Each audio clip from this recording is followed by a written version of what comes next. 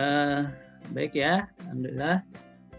Nah, saya coba masuk sekarang ke, eee, buku ya. Nah, saya kayaknya lebih nyaman ya sekarang ini jelasin langsung saja bukunya ya. Kalau slide itu kan itu zaman kebiasaan lama. Kalau sekarang kita kuliah ini sudah masuk kebiasaan baru ya, kuliah berbasis teknologi. Itu, eee, kita bisa lihat sama-sama buku besar begini kan, ya kenapa enggak langsung aja bukunya yang dibuka gitu ya, tidak perlu diringkas di slide. Slide itu kan kalau di kelas ya, karena kita jauh duduknya pada berjauhan, kita, lihat slide gitu ya. Tapi kalau ini, kita melihat laptop masing-masing gitu ya, sebetulnya bisa sambil membaca kan. Jadi, lebih kelihatan pakai ininya saja ya. Nah, saya melanjutkan saja juga barangkali ya. Sebetulnya kita ini 2 chapter sekarang ini ya, chapter 5 dan chapter 6. Tapi tadi saya juga di kelas sebelah, belum selesai chapter 5. Nah, saya coba selesaikan dulu deh ya chapter 5-nya. Nanti ini beda dengan materi kemarin ya, database. Kebanyakan sebetulnya, pemahaman dibaca sekali kita pahami udah cukup ya, diingat-ingat gitu ya. Tidak terlalu butuh, pemahaman yang berlanjut gitu ya. Kalau database itu kan butuh pemahaman itu, hierarkis ya. Kita harus kita paham dulu dari dasar gitu ya, pelan-pelan semakin naik gitu ya. Kalau dasarnya tidak paham, kita tidak bisa melanjutkan. Maka saya perlu, kawal teman-teman dengan pelan-pelan gitu ya. Saya kasih video banyak gitu ya, tambah sekarang saya kasih lagi, tambahan referensi ya. Yang referensi itu sudah dibahas di video bagian 2 sebetulnya yang itunya ya, saya kasih cuma 2 chapter saja, supaya tidak terlalu banyak. Nah, untuk tahu, database secara lebih lengkap. Nah, sekarang, kita masuk yang materi ini ya, saya awali saja gitu ya, untuk memicu teman-teman nanti, membaca lebih lanjut ya. Nah, tetapi, pasti tidak akan selesai gitu ya. Jadi, eee, yang untuk penyelesaiannya tetap harus lakukan sendiri ya. Dan ini tidak berat ya, tidak berat. Jadi asal dibaca saja juga insya Allah, tidak masalah gitu ya. Nah, dibaca seperti saya ini ya, dibaca terus kasih, tanda. Kalau saya biasanya membaca itu baru bisa masuk gitu ya, kalau sambil gerak tangannya gitu ya. Kayaknya gaya belajar saya itu kinestetik gitu ya, kalau tidak sambil gerak, tidak bisa masuk ya. Ada orang yang gaya belajarnya katanya audio, ya, auditory. Dia harus baca keras, dia harus baca keras, sambil tiduran juga dia baca keras gitu ya, mengganggu, teman sebelahnya, mengganggu adiknya gitu ya di rumah. Tapi ya nggak apa-apa, sedikit mengganggu yang lain, tapi kalau memang kita gayanya gaya auditori gitu ya, kita baru bisa masuk kalau kita dengar. Dulu saya, masuk STAN pertama kan jadi asdos ya, itu gabung sama kakak kelas ya, kakak kelas yang sudah jadi asdos duluan di kampus kan dulu ada namanya asdos. Kalau lulus D3, penempatan kampus, kita disuruh ngajar, ngajar asisten, tapi ngajar laboratorium. Nah, saya dulu gabung sama kakak-kakak kelas, ketemu tuh kakak kelas yang sekarang juga jadi dosen, yang gaya belajarnya itu, harus dibaca,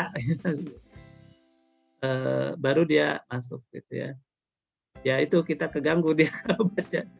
Tapi gampang gitu ya, dia dibacakan juga gampang gitu ya. Kan kalau mau ujian, "Tolong bacain nih yang itu."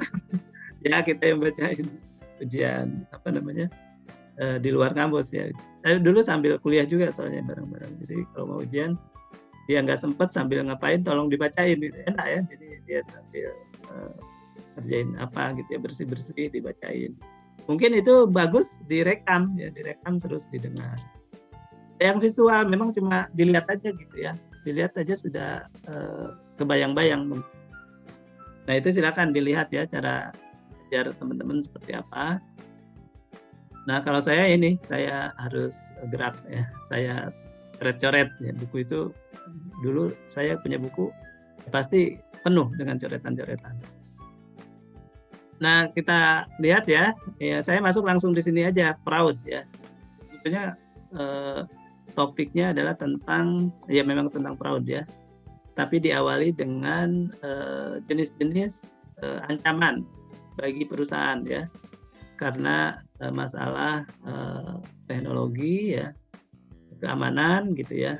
Nah itu jenis-jenisnya apa saja, kemudian yang sudah pernah terjadi kerugiannya apa saja gitu ya. Dan alasan terjadinya kecurangan ataupun ancaman-ancaman tersebut apa. Sekarang masuk ke fraud ini ya. Fraud atau terjemahannya kecurangan adalah memperoleh manfaat yang tidak adil ya dari orang lain. Nah itu setiap kita mengambil manfaat secara tidak adil dari orang lain ya, orang lain itu tidak rela gitu ya, itu ya fraud ya. Kalau orang lainnya rela, yaitu namanya kita mendapat sumbangan, mendapat sedekah gitu ya, orang yang memberi sedekah. Ya, tapi kalau tidak rela, tidak tahu, itu kita mengambil hak orang lain ya, hak orang lain ya, mencuri juga kan sebetulnya. Nah ini suatu tindakan akan disebut sebagai curang ya. Ada 5 nih ya, 5.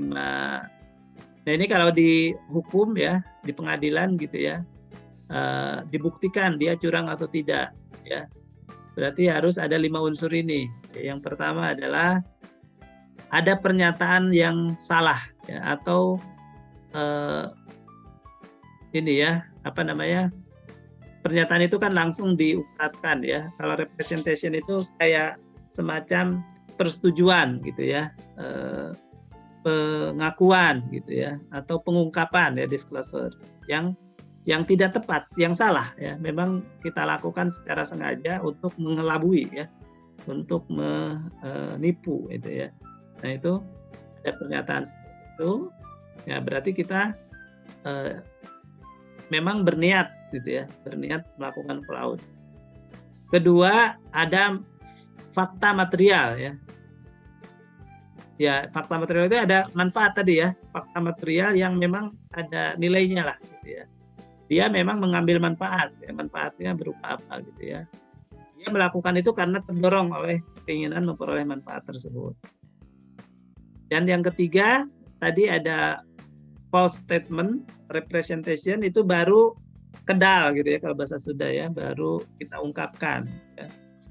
Tapi kalau ungkapan itu tidak ada niat menipu gitu ya, itu juga tidak ada kesalahannya gitu ya, tapi kita bisa buktikan bahwa itu ada niat menipu kita, intent to deceive, ya berarti juga masuk unsur tuh ya, masuk unsur untuk dikatakan sebagai fraud. Keempat, ada justifiable reliance ya.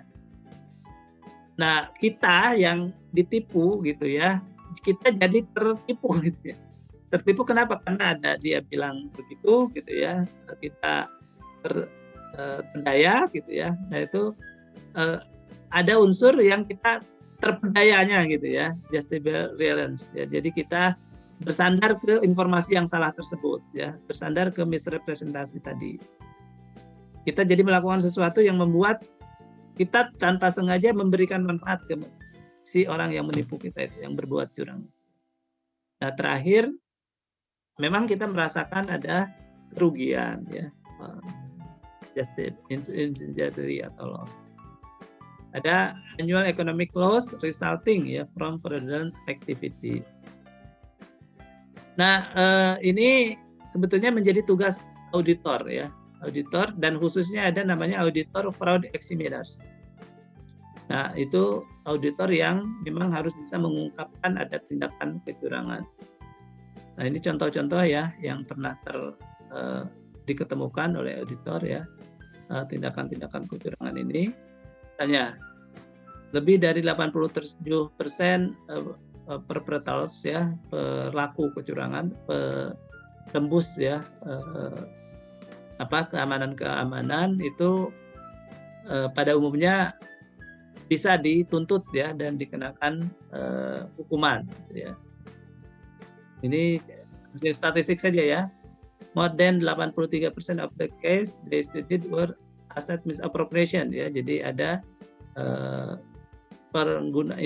pengambilan aset lah ya dari si korban.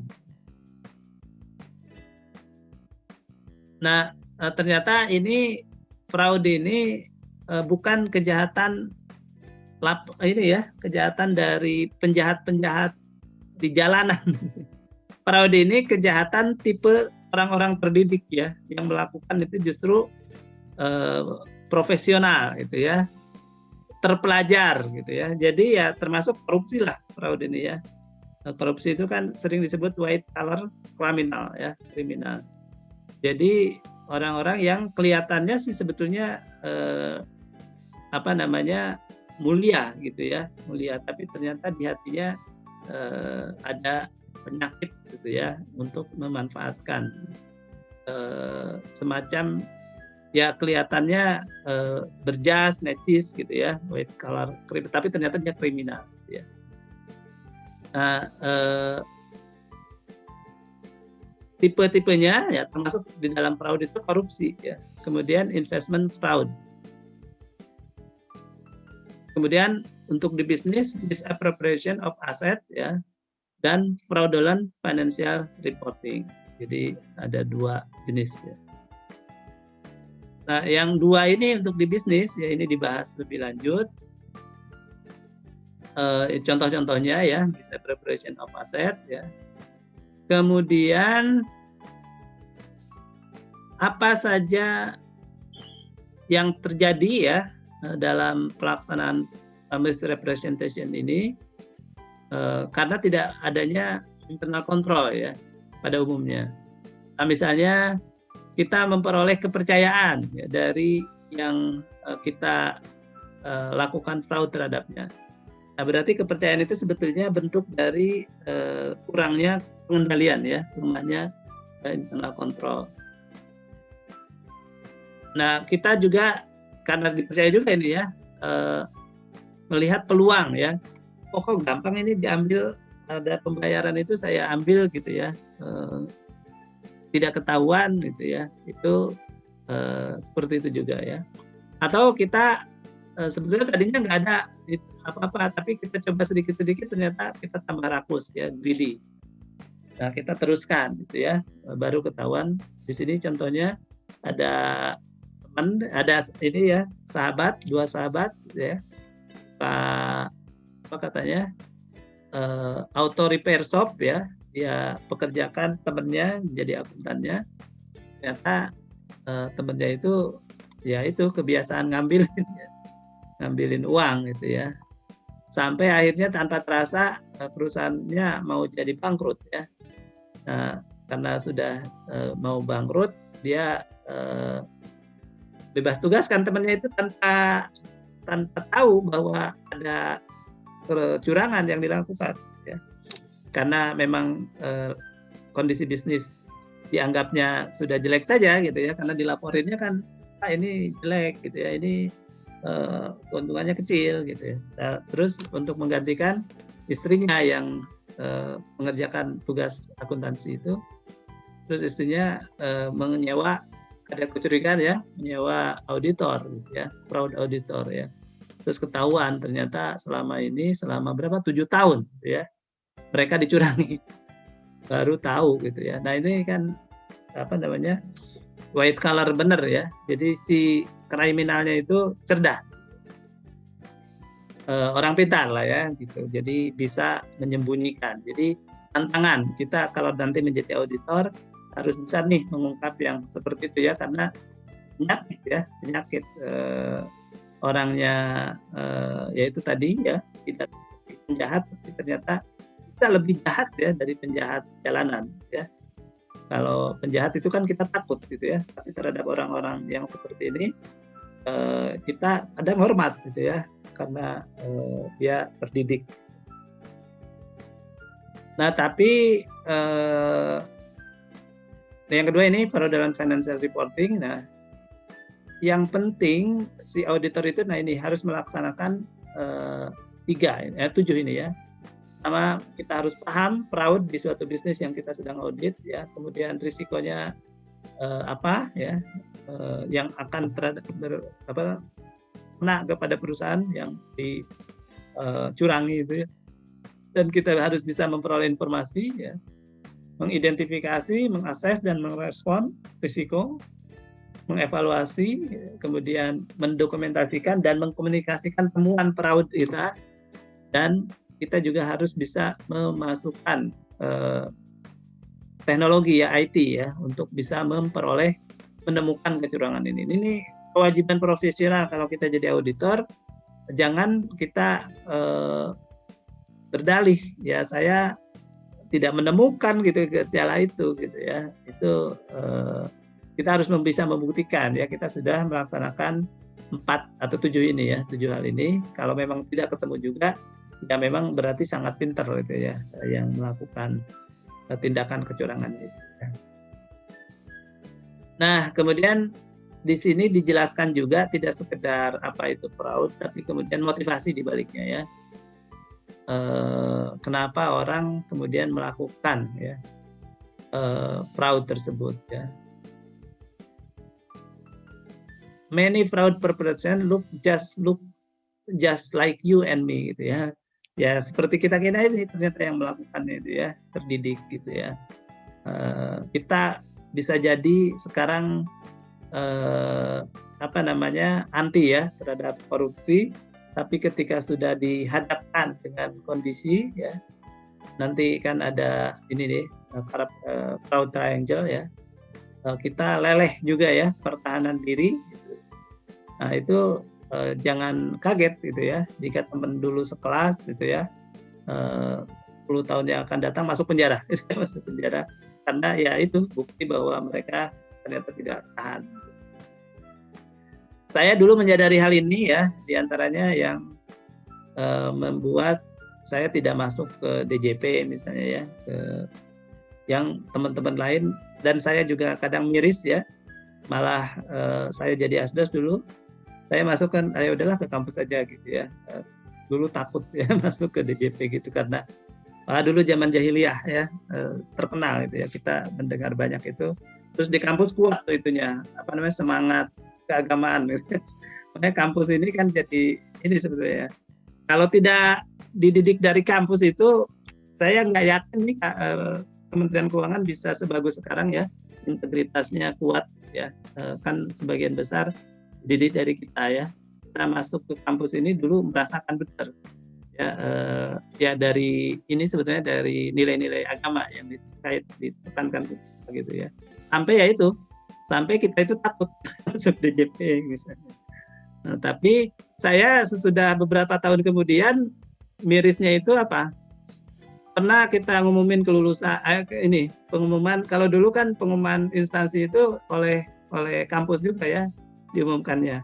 Saya jadi asdos itu beberapa kali beberapa angkatan memproses ya mahasiswa itu penempatannya kemana gitu ya. Jadi mahasiswa mengajukan pilihan, kemudian kita proses pilihannya, kita lihat ranking di kelasnya ya, kita lihat pemerataan ke semua instansi itu, terus diumumkan.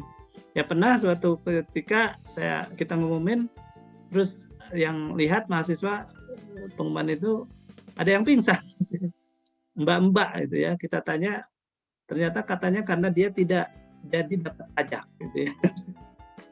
Ya yang dulu kita khawatirkan kita tidak masuk ke sana, ini malah menjadi rebutan gitu ya, menjadi rebutan. Jadi nah ini saya berpikir ini geser nih ya, nilai di kampus ini sudah mulai geser. Dulu saya sudah ada pemikiran begitu ya. Ya itu dari fakta-fakta yang seperti itu.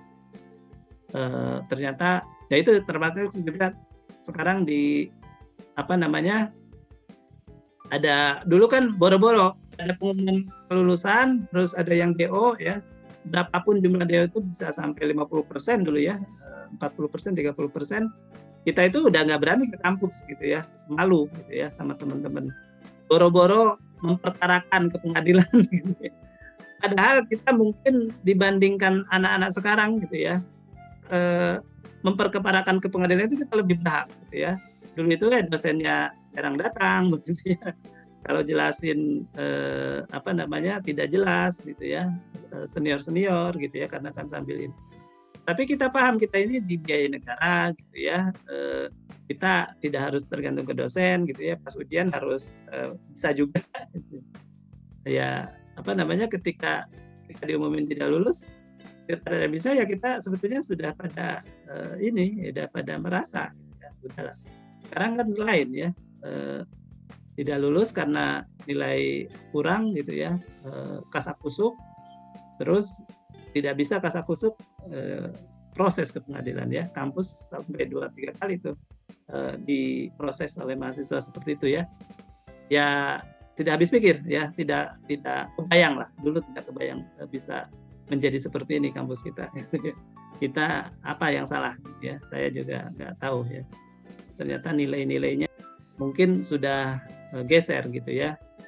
Nah ini sangat terkait dengan hal ini ya, karena ini tadi kita kadang-kadang di kantornya dedicated, hardworking ya, trusted gitu ya. Sudah dapat lingkungan yang beda gitu ya, pelan-pelan terbawa dengan lingkungan itu ya. Kadang kita awalnya karena ingin tahu saja, kurius ya, kita kelihat teman-teman, kita tahu kok mereka apa kumpul-kumpul gitu ya, atau malah kita diajak ya, karena mereka tidak mau ada yang melaporkan gitu kan.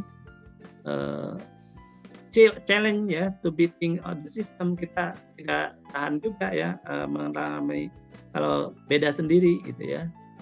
Nah ada juga ya, ini mah biasa lah, game ya, bukan tidak jujur gitu ya. Nah ini ya pelan-pelan kemudian menjadi koruptor gitu ya. Ini juga terjadi tuh, saya juga ketemu teman-teman alumni seangkatan itu yang sudah lepas ya, mereka kemudian ada kasus misalnya di perusahaan. Nah itu dihubungi katanya oleh adik-adik kelas itu, meskipun di suasana Bu Menteri sudah bolak-balik ya, memesankan gitu ya.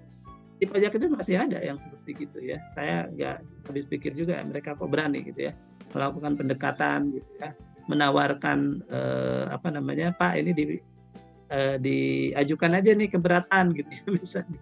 Padahal kan yang perusahaannya sendiri tidak ingin mengajukan keberatan. Kalau tidak diajukan Bapak malah kena ini gitu ya misalnya. Ini nanti ini Pak, kita bantu prosesnya di pengadilan. Ini kan pesanan dari pengadilan gitu ya. Jadi sudah mafia memang. Gitu ya. Ya walau alam, tapi ya tidak pretensi lebih jauh lagi ya. Tapi ya itu sekedar asumsi saja, saya tidak juga siapa-siapanya. Ya. Tapi ya ini jaga-jaga saja ya. Jadi di sini dijelaskan ya, curang itu gara-gara 3 hal. Gitu ya. Pertama pressure, ya, kedua opportunity, ketiga rasionalisasi ya. Pressure kita merasa kondisi keuangan kita kurang gitu ya, ini financial pressure. Ya. Kenapa kondisi keuangan kita kurang ya? Karena memang kurang uang kita ya, merasa pekerjaan banyak tapi uangnya sedikit, kita bisa juga ya. Atau kebutuhannya banyak karena lifestyle ya, lifestyle-nya tinggi, gaya hidup. Udah di Jakarta katanya ya, misalnya saya tinggal di apartemen misalnya ya, saya udah bayangannya punya rumah di usia muda gitu ya, lifestyle gaya hidupnya luar biasa gitu kan. Nah itu, atau emosional saja ya, dia merasa kurang apa gitu, perasaan saja sebetulnya. Itu tekanan dirinya ya, jadi ini dari internal atau dari organisasi ya, organisasi yang mendorong dia terpaksa melakukan itu. organisasi itu kenapa mendorong seperti itu ya, karena organisasinya juga merasa keuangannya kurang gitu ya. Karakteristik manajemennya ini organisasinya memang niat gitu ya, memang niat untuk melakukan penipuan terhadap pemerintah misalnya, terhadap pajak ya. Terus industri condition ya, organisasi itu kalau tidak mencurangi pajak ya tidak dapat keuntungan gitu misalnya ya, dan bisnisnya seperti itu, jadi terpaksa mereka mencurangi. Atau kalau tidak nyuap ya tidak dapat bisnis gitu ya misalnya. Saya pernah tuh ketemu kontraktor gitu ya, dia cerita itu ya, itu direkturnya kontraktor itu ya. Saya itu dulu Pak Sofan katanya tidak mau jadi pegawai negeri karena takut kena yang begitu-begitu karena yang harus dapat suap dan lagi. Saya akan bikinlah perusahaan, gitu ya, ikut perusahaan. Tapi sesudah perusahaan begini ternyata sama aja, tidak dapat kontrak kalau tidak melakukan suap-suap. Jadi serba salah ya. Nah itu kondisi yang harus diberantas kan sebetulnya ya. Organisasi ya jangan sampai tidak mendapatkan peluang berusaha dengan fair ya, karena misalnya kebiasaan yang bagus seperti tadi. Itu dari pressure. Kemudian dari kesempatan ya. Kesempatan ini juga ada 3 ya. Pertama penyebab ya, commit, convert, conceal ya. Jadi pertama commit dulu ya. Ya udah deh saya akan deh melakukan gitu ya. Jadi udah niat gitu ya. Terus conceal ya. Conceal itu menyembunyikan kali ya. Menyembunyikan itu artinya saya harus melindungi diri nih, gimana supaya apa yang akan saya lakukan tidak ketahuan gitu ya. Tidak ketahuan. Dan terakhir convert apa katanya? Contohnya convert nggak ada ya di sini. Nah, convert the type of administration. Do not steal cash or use the stolen asset personally, must convert them to a spendable form. Ya, jadi kayak itu ya, kayak pencucian uang.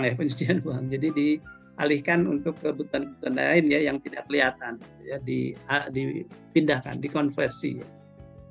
Nah, misalnya tindakan yang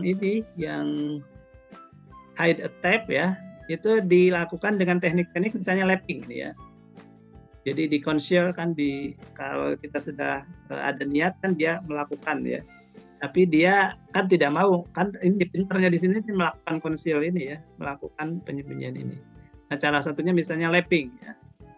Jadi employee of company Z steal the cash or check customer A mail ya. Jadi ada pengiriman uang dari customer A untuk membayar ke company Z ya. Tapi kemudian uang dari customer A itu dipakai untuk membayar sebagai seolah-olah pembayaran dari customer B ya. Nah, nanti untuk customer A dia pakai dari pembayaran customer C ya. Jadi dipindah-pindahkan gitu ya. Itu karena kan terus-menerus tuh ada pembayaran begitu. Sekali kita geser, nah yang pertama itu jadi masuk ke kantong kita gitu ya. Tapi terus-menerus kita harus melakukan lapping ya, pemindahan.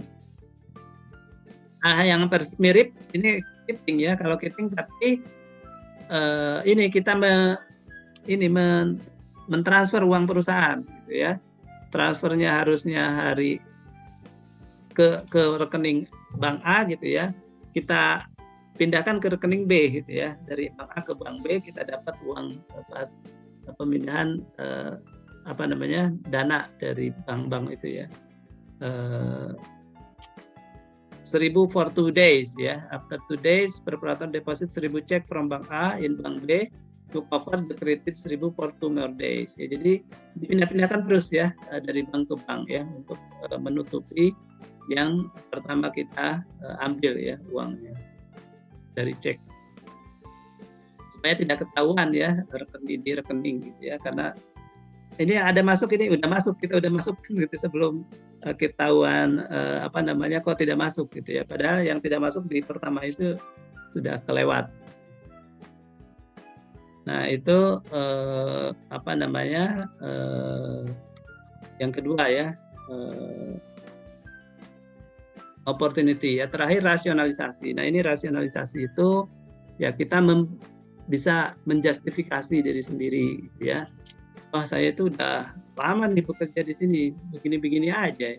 Saya ambil ini kan sebetulnya buat apa namanya gaji saya ini gitu ya, ini hak saya. Nah Anda harus mulai waspada ya ketika Anda mulai merasionalisasi diri sendiri ya untuk tindakan-tindakan yang sebetulnya kalau Anda mau jujur ya tanyakan ke hati nurani gitu ya atau tanyakan saja ke masyarakat gitu ya, ini kalau saya ngambil begini bener nggak gitu ya, itu kan kita pasti tahu ya, tapi kadang kan pastinya kita nggak pernah mau bilang gitu ya, kita terus berjustifikasi lagi. Nah saya tanyakan masyarakat, dia nggak tahu saya udah kerja banting tulang gitu ya, saya udah kerja jungkir balik. Nah itu ya yang harus diperhatikan. Jadi ya memang satu-satunya benteng adalah kita sendiri ya, kita sendiri. Nah yang ketiga ini rasionalisasi tidak banyak dijelaskan ya. Nah ini cuma ini aja ada bilang-bilang begini nih ya. I'm only borrowing ya, saya hanya pinjam saja nih nanti dibayar kok gitu ya. Kamu bakal mengerti deh kalau betapa saya perlu ini gitu ya. Oh saya udah nyumbang kok banyak gitu ya. Ini kan saya menjadi pendistribusi aja, ini haknya orang miskin kok. Robin Hood syndrome. Yang lain juga melakukan ini kok gitu ya. Nah ini juga terakhir yang tadi saya bilang ya. Ini saya udah berjuang mati-matian untuk perusahaan ya, harusnya perusahaan membayar saya gitu ya. Saya ambil aja karena dia tidak bayar saya ya misalnya, atau negara ini tidak mau ngasih ke saya ambil ya. Nah itu apa namanya justifikasi. Nah terakhir computer fraud ya. Computer fraud ini nanti ada 4 jenis ini ya, input fraud, data fraud, output fraud, dan computer instruction. Ini barangkali bisa lah ya dibaca sendiri nih sampai udah summary. Apa namanya ya itu tadi cukup dipahami ya sebetulnya sudah dibaca dan direnung-renungkan lah gitu ya, direnung-renungkan dan diingat-ingat dipelajari ya. Maksud saya ini tip levelnya sama ya, semua bacaan ini levelnya sama. Anda tidak seperti yang tadi database gitu ya, itu levelnya semakin naik ya. Kalau kita di awal tidak paham, ke atasnya sulit ya. Saya harus kawal gitu. Kalau yang ini Anda mau mulai dari manapun bisa ya membacanya. Langsung masuk bab 6 juga bisa ya. Silakan nanti bab 6-nya juga dilanjutkan ya, karena kita masuk tidak hanya satu bab ini tapi termasuk bab 6. Minggu depan kita masuk bab 8-9 kayaknya ya. Atau bab 7 ya, yang bab 5 bab 7 sorry ya. Yang minggu ini bab 5 bab 7 Control and Accounting Information System. Nanti dilihat di RPS ya. Ingat saya sama ini. Nah, kita nanti belajar ini ya. Ada pengendalian internal itu ada unsur pengendalian ya. Ada lingkungan pengendalian ini ya. Jadi tujuan pengendalian itu ada ini ya. Ada 7 ya. Nah kemudian yang tadi saya bilang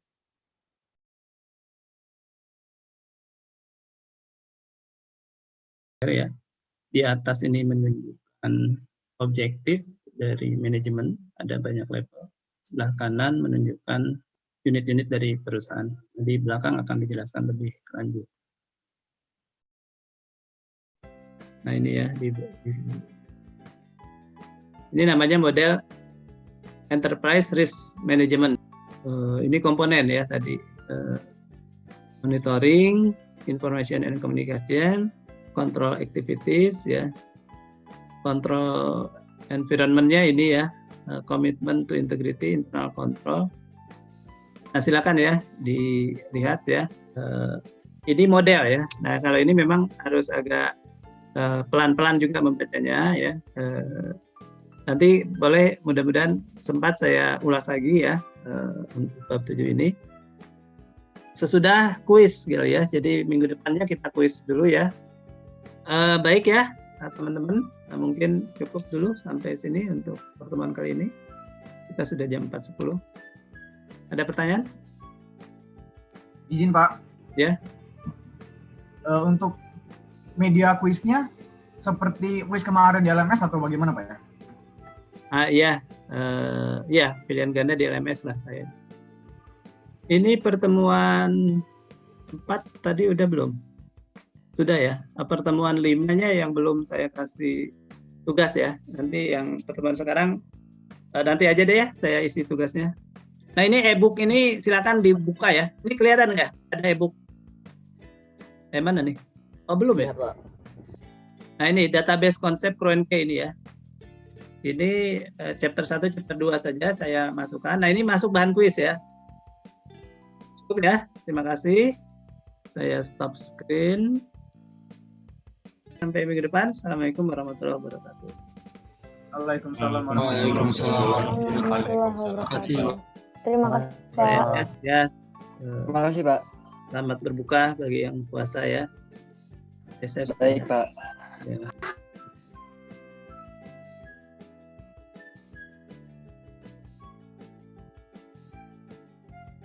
Kita sudah bahas ya, ini diberikan integrative case ya, SNS ya, Scott and Susan gitu. Nah, ternyata saya baca di part 2 ini tidak lagi menjelaskan tentang Scott and Susan ya.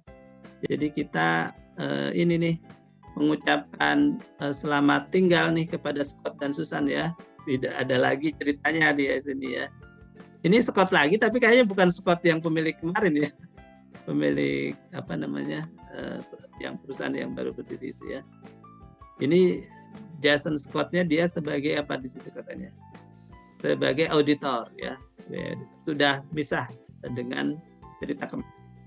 Nah, jadi sekarang kita akan mempelajari part 2, Control and Audit of Accounting Information System. Di bagian pertama ini chapter 5 bahas fraud ya. Nanti chapter 6 computer fraud. Jadi kita fraud secara umum ya. Fraud komputer di chapter 6, tapi kita tidak bahas semua ya.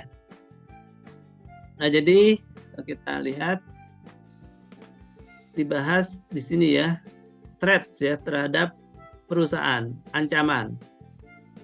Jadi perusahaan ini semakin kompleks ya, karena berkembang sedemikian rupa ya menjadi perusahaan besar untuk memenuhi kebutuhan masyarakat ya.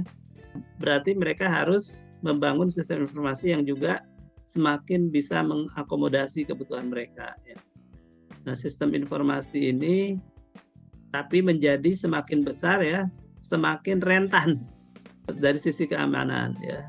Di sini disebutkan ada survei, ada penerobosan ya secara tidak legal ya. Ya namanya juga sudah penerobosan ya terhadap keamanan perusahaan. Itu sampai 67% perusahaan-perusahaan besar itu mengalami itu ya upaya penerobosan data mereka. Dan dari 67% tersebut 45%-nya dilakukan oleh organized crime ya. Jadi memang ada pihak-pihak yang mereka beraktivitas di situ gitu ya.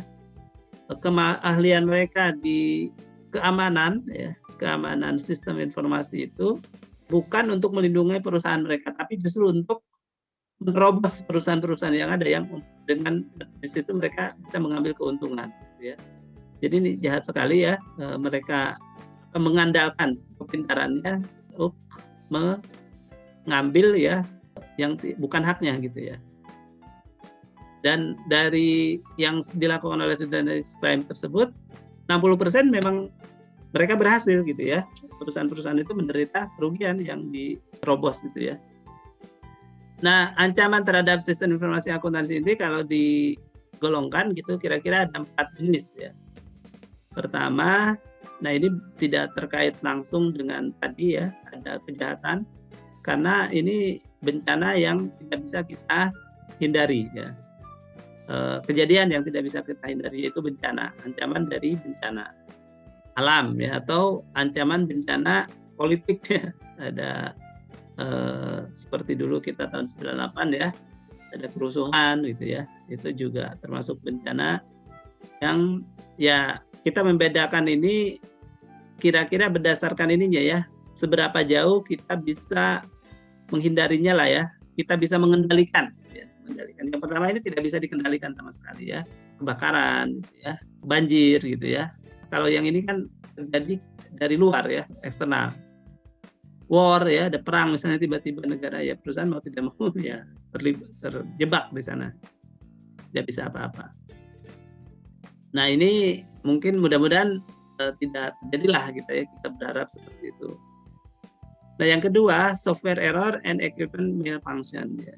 Nah, yang kedua jenisnya karena sudah kita install tapi ada masalah gitu ya. Jadi ini kita investasi lah. Kalau ini sudah investasi, kita harusnya bisa kendalikan, tapi ternyata apa yang kita create ya itu tidak cukup bagus ya.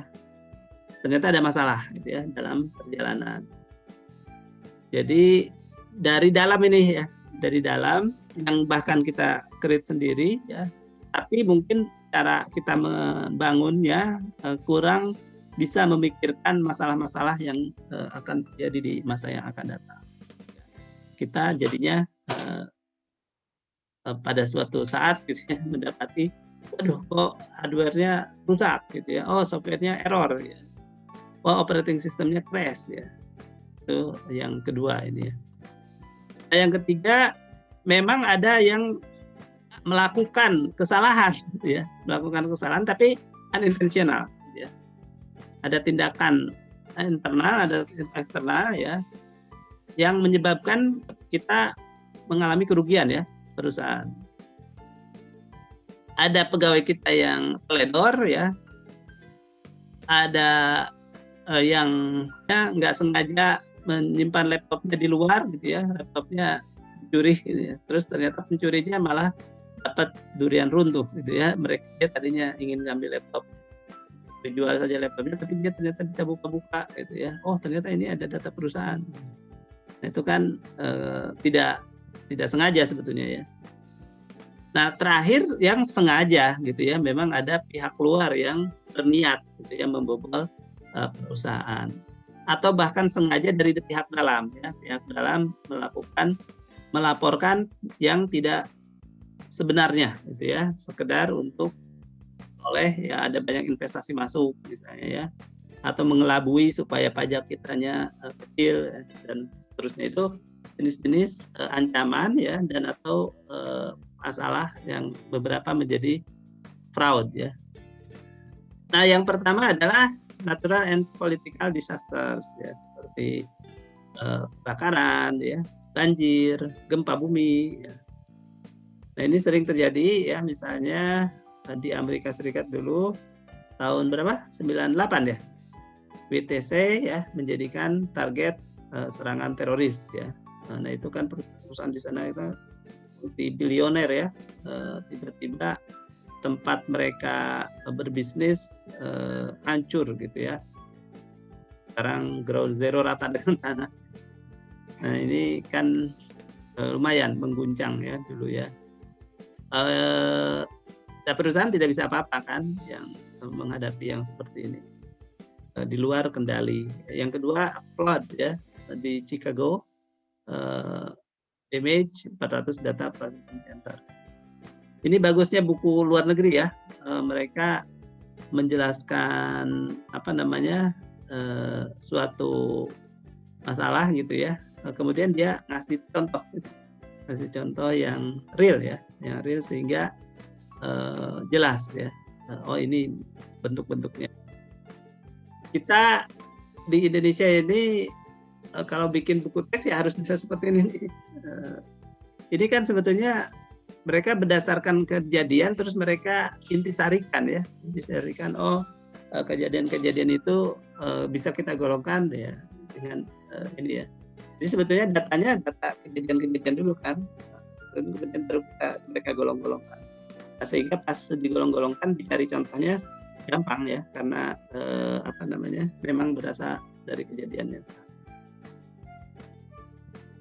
Nah, ini bisa berubah ya, iStreet ini yang tadi tidak terkontrol ya, bisa menjadi serangan yang ini juga ya, yang lumayan mengerikan ya, yaitu ketika serangan itu berubah ya, dari disruptif to destructive attack ya, cara sengaja. Ini contohnya yang terjadi di Amerika Serikat dulu ya, waktu Presiden Obama awal-awal naik katanya. Ini menarik nih. Jadi dulu katanya Obama jadi presiden itu pernah memerintahkan menyerang ya sistem komputernya Iran yang mereka anggap menjalankan nuklir ya, program nuklir. Targetnya supaya Iran menunda program persenjataan nuklir mereka. Nah, mereka mengembangkan virus ya ke Iran. Damage 20% of centrifuge at the Natanz Uranium Enrichment Facility. Kan Amerika ini memang kadang dasarnya nggak jelas gitu ya, tapi juga nggak tahu ya benar atau tidak ya. Yang ini mungkin ada dasarnya gitu ya kalau menurut ini. Tapi yang pernah terjadi pembunuhan kan ya kepada jenderalnya Iran itu menurut saya terlalu jauh juga tuh Amerika ya. Jadi kayak polisi dunia itu ya sering dibilang ya. Pejabat militer dari negara lain gitu ya, tidak pakai bibu dibuat operasi gitu ya. Ini juga kan menyerang dengan virus juga, meskipun tujuannya mungkin mereka anggap baik ya, tapi akibatnya ini melahirkan kan ya, katanya ya Iran tidak tinggal diam ya, mereka kemudian juga balik menyerang. Ternyata juga banyak ya yang pintar-pintar gitu ya Iran ya, malah jadinya tidak terkendali ya. Mulai ini kan disebut di sini mana the first katanya ya. Nah, this was the first known cyber attack ya, intent to harm a real world ya. Artinya ini kalau tidak diawali mungkin tidak terus menular ya. Tapi karena ada diawali seperti ini yang melahirkan banyak orang serasa dapat inspirasi ya. Makanya kalau kejahatan dibuat oleh negara ini menurut saya kejahatan dibuat oleh negara ya. Itu dampaknya bisa luar biasa gitu ya, karena orang jadi udah hilang ya kepercayaannya. Wah itu seenaknya tuh negara lain seperti gitu ya. Jadi kita yang ini mungkin tidak melulu dibuat oleh negara Iran ya, banyak individu-individu jadinya yang kemudian bereaksi. Nah ini silakan dilihat ya, dibaca lebih lanjut. Ini menarik nih cyber attack ini ya, awalnya seperti apa. Mungkin ke depan ini menakutkan juga nih kalau dibayangkan di sini ya. Cyber Pearl Harbor ya, jadi bisa suatu negara bisa kolaps ya gara-gara diserang secara cyber ya. Karena kita sekarang sudah sangat tergantung kepada smart ya, smart city gitu ya. Apa-apa pakai IT, Internet of Things ya. Apa pakai internet gitu ya. Itunya saja diserang udah segalanya lumpuh kan ya. Ini kan dijelaskan seperti itu ya. Perbankan bisa lumpuh ya, lalu lintas, transportasi ya bisa lumpuh gitu ya. Sekedar diserang dari internet ya, dari cyber itu. Nah ini tapi mudah-mudahan tidak memberi inspirasi kepada Anda ini. Nah ini tidak boleh ya, kita belajar untuk antisipasi gitu ya, bukan kemudian malah kita di ini. Tapi di sini dijelaskan juga nih ya, namanya kejahatan cyber ini, saya loncat dulu deh ke sini ya, menarik soalnya. Nah ini white collar criminal gitu ya, white collar criminal itu ada bisa berupa corruption ya, bisa investment fraud ya. Nah, yang dijahas di sini yaitu misappropriation of asset ya. Jadi kita menyatakan aset secara salah ya. Misalnya ini ya, Bank Vice President approve 1 billion in bad loans ya, in exchange of 585.000 kickback ya. Ini kan banyak terjadi juga sebenarnya di Indonesia ya. Yang terakhir kan di mana katanya apa yang waktu itu dananya tidak ditabungkan katanya ya. Ternyata masalahnya tabungan itu diminta orang tuanya memang tidak dikasihkan gitu ya ke anaknya, tapi dititipin aja uangnya itu ke pegawai banknya itu kan, peristiwa ya. Si pegawai bank malah jadinya dia terdorong ya untuk melakukan kecurangan gitu ya, karena ada diberi kesempatan ya, kesempatan untuk melakukan ini. Nah, yang itu bisa jadi oleh pegawai, tapi yang kedua ini karena the absence of internal controls ya, karena kita tidak mencegah ya, dengan membuat benteng-benteng pertahanan agar tidak ada kecurangan ya. Nah, misalnya ini yang contoh-contoh terobosan-terobosan dari luar ya, karena kita tidak menerapkan ukuran-ukuran ini ya, pengendalian yang baik ya. Conceal the fraud by falsifying record or other information ya. Rarely terminates the fraud voluntarily. Jadi see how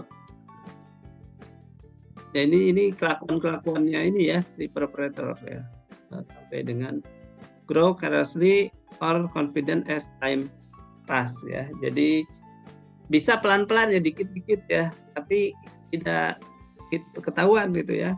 Ketahuan sudah dia pergi kemana gitu ya, baru kita cek oh ternyata ada pengambilan selama bertahun-tahun gitu ya, yang ketika dijumlahkan merugikan perusahaan sudah cukup besar. Di sini juga dijelaskan ya. Nah ini tadi yang tadi saya sampaikan, yang melakukan fraud itu dedicated, bisa saja hardworking and trusted employees ya. No previous criminal record. They were honest, valued, and respected members. Gitu ya. Jadi karena itu ya, ya mungkin suntuk ya, terus dia ternyata sudah sangat jago gitu ya. Mungkin ya iseng saja, terus dia mencoba gitu ya, terus ternyata menarik ya. Jadi ya hati-hati gitu ya. Hati-hati orang-orang biasa pun, dan mungkin menganggap ya saya tidak dicurigai ya. Jadi dia bisa merasa gampang nanti sembunyi-sembunyi. Nah, kemudian di sini juga dibahas ini ya, aspek perilaku ya, psikologinya lah ya. Jadi fraud itu katanya ditimbulkan oleh tiga fasbab, yaitu opportunity, rationalization, and pressure. Nah, opportunity-nya juga ada opportunity triangle ya. Kesempatan itu karena ada komitmen, ada convert ya, ada conceal. Ya. Kemudian rasionalisasi itu karena ada attitude, ada lack of personal integrity, ada justification. Kemudian pressure dibagi dua, pressure finance employee pressure, financial statement pressure. Jadi ini penjelasan secara psikologis ya, terkait dengan mengapa terjadi fraud ya. Nah ini menarik ya untuk dipelajari ya, sehingga kita bisa memahami lebih lanjut ya terkait yang terjadi di perusahaan-perusahaan ya yang menghadapi fraud. Nah silakan selebihnya bisa dilanjutkan ya. Ini tidak seperti materi kemarin ya, database relational yang saya harus mengawal dengan hati-hati ya. Nah, itu saja ya. Mungkin ada pertanyaan sebelum kita tutup? Jelas ya? Ya, saya cukupkan sekian berarti ya untuk pertemuan kali ini. Wassalamualaikum warahmatullahi wabarakatuh.